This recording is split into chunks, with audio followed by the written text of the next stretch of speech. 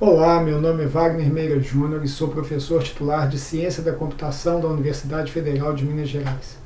Sou também um dos coautores do livro Data Mining and Machine Learning, Fundamental Concepts and Algorithms. Hoje nós vamos continuar falando aqui sobre a mineração de padrões frequentes em grafos, em particular a enumeração dos grafos candidatos e a contagem do seu suporte. Como mencionamos em vídeos anteriores, nós utilizamos como estratégia de enumeração dos grafos candidatos o que se chama das extensões do caminho mais à direita. Embora vá além do escopo desse curso a prova de que essas extensões são suficientes para gerar todos os candidatos, nós vamos aqui tentar trazer um pouco da sua intuição. Qual que é o princípio de funcionamento, então, dessa estratégia? Para gerar novos candidatos a partir de um grafo, nós geramos novas arestas para vértices apenas no caminho mais à direita dessa árvore geradora de busca em profundidade. Nós podemos estender o grafo que está sendo considerado tanto pela adição de arestas de retorno a partir do vértice mais à direita, quanto a partir de algum outro vértice no caminho mais à direita, nesse caso, utilizando passo a passo. Ou nós podemos estender o grafo pela adição de arestas de avanço a partir de algum dos vértices no caminho mais à direita.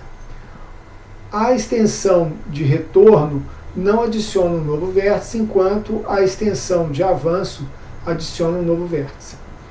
A geração sistemática de candidatos impõe uma ordem total nessas extensões da forma como segue. Primeiro, tentamos todas as extensões de retorno a partir do vértice mais à direita, e então tentamos todas as extensões de avanço a partir dos vértices no caminho mais à direita. Entre as extensões de retorno, se o R é o vértice mais à direita, a extensão URVI ela é tentada antes da extensão URVJ se o I é menor do que J, ou seja, extensões de retorno próximas à raiz são consideradas antes daquelas mais distantes da raiz ao longo do caminho mais à direita. Entre as arestas de avanço, se Vx é um novo vértice a ser adicionado, a extensão VI-Vx é tentada antes de VJ-Vx se I é maior do que J. Em outras palavras, os vértices mais distantes da raiz, ou seja, aqueles em maior profundidade, são estendidos antes daqueles próximos da raiz. Também notem que o novo vértice vai ser numerado x é igual a R mais 1, onde R é o vértice mais à direita, e ele vai se tornar o novo vértice mais à direita após a extensão. Essa natureza amortizada da extensão é que é bastante interessante e que, no fim, ela garante a completeza do algoritmo de enumeração de candidatos. Aqui nós temos um grafo esquemático contendo, enfatizado, o caminho mais à direita e os passos que são realizados dentro desse processo de extensão. Então, considerando este caminho mais à direita com 4 vértices, inicialmente nós tentaríamos verificar se há uma aresta de retorno entre V8 e V1, seguido de uma aresta de retorno entre V8 e V5, seguido de arestas de avanço a partir de V8, a partir de V7, a partir de V5 e a partir de V1. Esses são todos os candidatos que são considerados nesse caso aqui que está em voga. Em cada um desses casos, nós estenderíamos uma aresta, e essa uma aresta seria verificada como sendo frequente no sentido do candidato ser válido. Um aspecto interessante desse processo de extensão é que, ao mesmo tempo que nós realizamos a extensão, nós podemos também contar o suporte desses subgrafos que são gerados. Então, a tarefa de computação de suporte é achar o número de grafos na base de dados D que contém o subgrafo candidato, o que é muito caro porque ele envolve as verificações de isomorfismo de subgrafo que discutimos no vídeo anterior. O algoritmo GSPAN, que vamos apresentar em breve, combina as tarefas de enumeração das extensões de candidatos e computação de suporte. Então vamos lá. Assumindo que nós temos uma base de dados D com N grafos G1 a Gn, e seja C um código DFS canônico frequente que tem K arestas. Seja G de C o grafo correspondente ao código C. A tarefa é computar o conjunto de extensões a partir de C, assim como seus valores de suporte. Dado o código C, o algoritmo inicialmente registra os nós no caminho mais à direita e o filho mais à direita. A seguir, o algoritmo considera cada grafo GI pertencente à base de dados. Se C é vazio, então cada tupla de rótulos distinta na forma L de X, L de Y, L de XY para nós adjacentes, X e Y em GI contribuem para uma extensão forward. Por outro lado, se C não é vazio, então o GSpan enumera todos os possíveis isomorfismos do subgrafo φI entre o código C e o grafo GI, como nós já discutimos anteriormente. Dado um isomorfismo de subgrafo φ pertencente a φ maiúsculo I, o GSpan então encontra todas as possíveis extensões de avanço e de retorno e as armazena no conjunto epsilon. Uma questão interessante é que as extensões de retorno são permitidas apenas a partir do filho mais à direita para qualquer vértice no caminho mais à direita. O método considera que cada vizinho X do mapeamento φ de UR em GI, mapeamento de isomorfismos, e verifica se há um mapeamento para algum outro vértice V no caminho mais à direita R em C. Se a aresta UV não existe em C, é uma nova extensão e a tupla estendida URV, L de UR, LV, L de URV é adicionada ao conjunto de extensões epsilon, assim como o grafo de identificador I, que contribui para aquela extensão. As extensões de avanço são permitidas apenas a partir de nós que estejam no caminho mais à direita R para novos nós. Para cada nó U em R, o algoritmo encontra um vizinho X em GI que não está no mapeamento a partir de algum nó C. Para cada nó X, a extensão de avanço F, U, a U de UR mais 1, L de φ, L de X, L de φ, U, X, é adicionada ao conjunto de extensões, assim como o identificador do grafo. Uma vez que a extensão de avanço adiciona um novo vértice ao grafo G de C, o identificador do novo nó em C deve ser UR mais 1, ou seja, um a mais do que o maior vértice numerado em C, que por definição é o filho mais à direita, o R.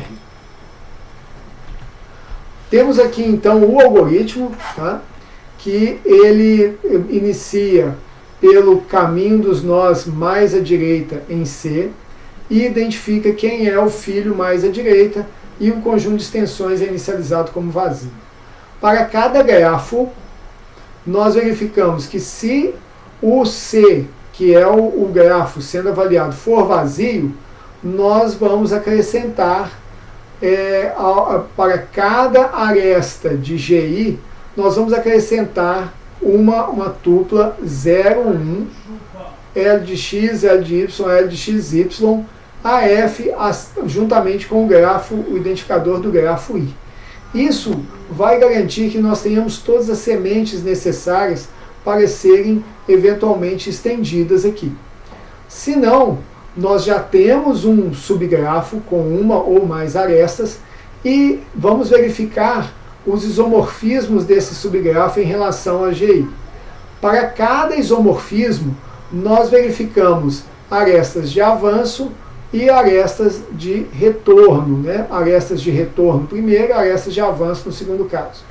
Ou seja, para cada X, nesse caso aqui, nós temos, havendo, né, o mapeamento, que existe um V que não está no mapeamento de X, se V pertence ao caminho e a aresta não está no grafo, nós acrescentamos a aresta, né, a tupla referente à aresta, no conjunto de extensões com o respectivo identificador do grafo. para cada aresta, para cada vértice que está no caminho mais à direita, nós verificamos cada aresta que esteja nos vizinhos dela e que não ainda esteja mapeada nos isomorfismos. E nesse caso nós acrescentamos a aresta e acrescentamos essa nova tupla ao conjunto de extensões. Ao fim do processo, depois de todos os grafos verificados, nós, para cada extensão distinta S pertencente ao produto, ao conjunto epsilon, nós verificamos o número de identificadores de grafos distintos que suportam essa tupla S e vamos retornar para cada uma o S e o suporte de S para essas extensões ordenados de acordo com a tupla. Ou seja, nesse processo é interessante notar que nós não só promovemos as extensões como foram colocadas, como ao fim desse processo nós temos a capacidade de avaliar o suporte dessas extensões juntamente com os respectivos grafos. Aqui nós temos então um exemplo que dá continuidade ao exemplo que fizemos de isomorfismos agora há pouco, no vídeo anterior, e que nós temos os dois grafos aqui colocados para referência. Temos o grafo C que queremos estender, que é representado aqui por 0, 1 e 1, 2, ou seja, AAB, o grafo. Temos aqui os isomorfismos desse subgrafo, tanto em G1 quanto em G2, como mostrado anteriormente, e vamos realizar as extensões. O processo, como foi mencionado, nós vamos trabalhar com cada isomorfismo, né, e vamos verificar a partir de cada vértice do grafo aqui colocado, quais são as extensões possíveis.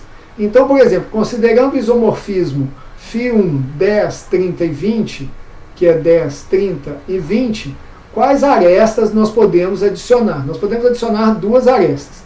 Uma aresta de retorno entre B e A, que é essa aqui, e uma aresta de avanço a partir do nodo 2, né, do nodo 1, no caso, que eles começam de 0, do nodo 1 para B, que é essa aqui.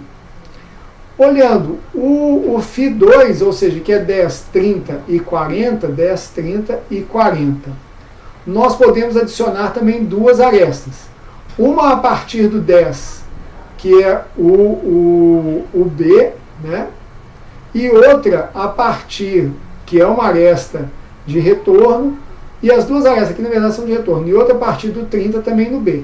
Então nós temos aqui o B sendo adicionado, desculpa, não é de retorno, todas as duas são de avanço, porque esse nó B ele não estava na aresta. Então nós temos um 3AB, que é idêntico ao que nós olhamos anteriormente, e 0,3AB, que também é uma aresta de avanço.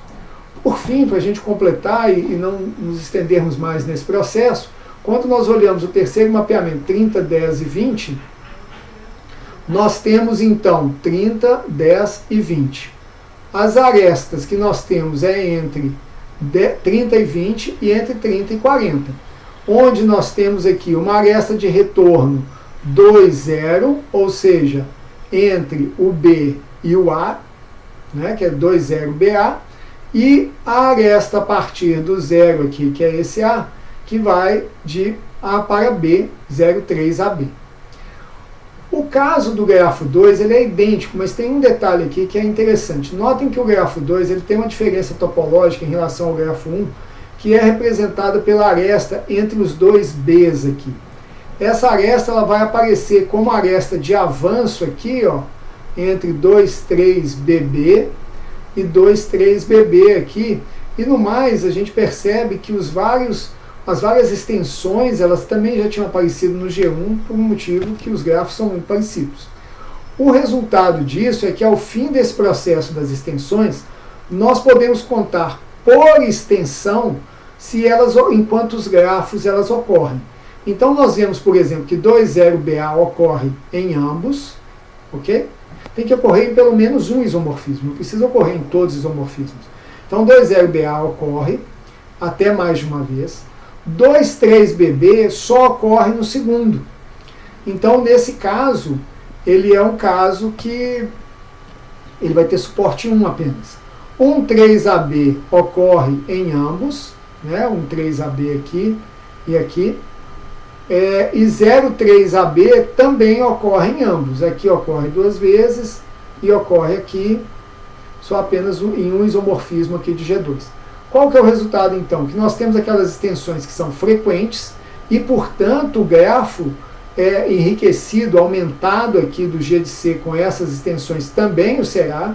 Por quê? Porque o G de C já era frequente. Então nós temos essa extensão frequente, 1,3AB frequente, 0,3AB também frequente, enquanto que a aresta BB ela é infrequente.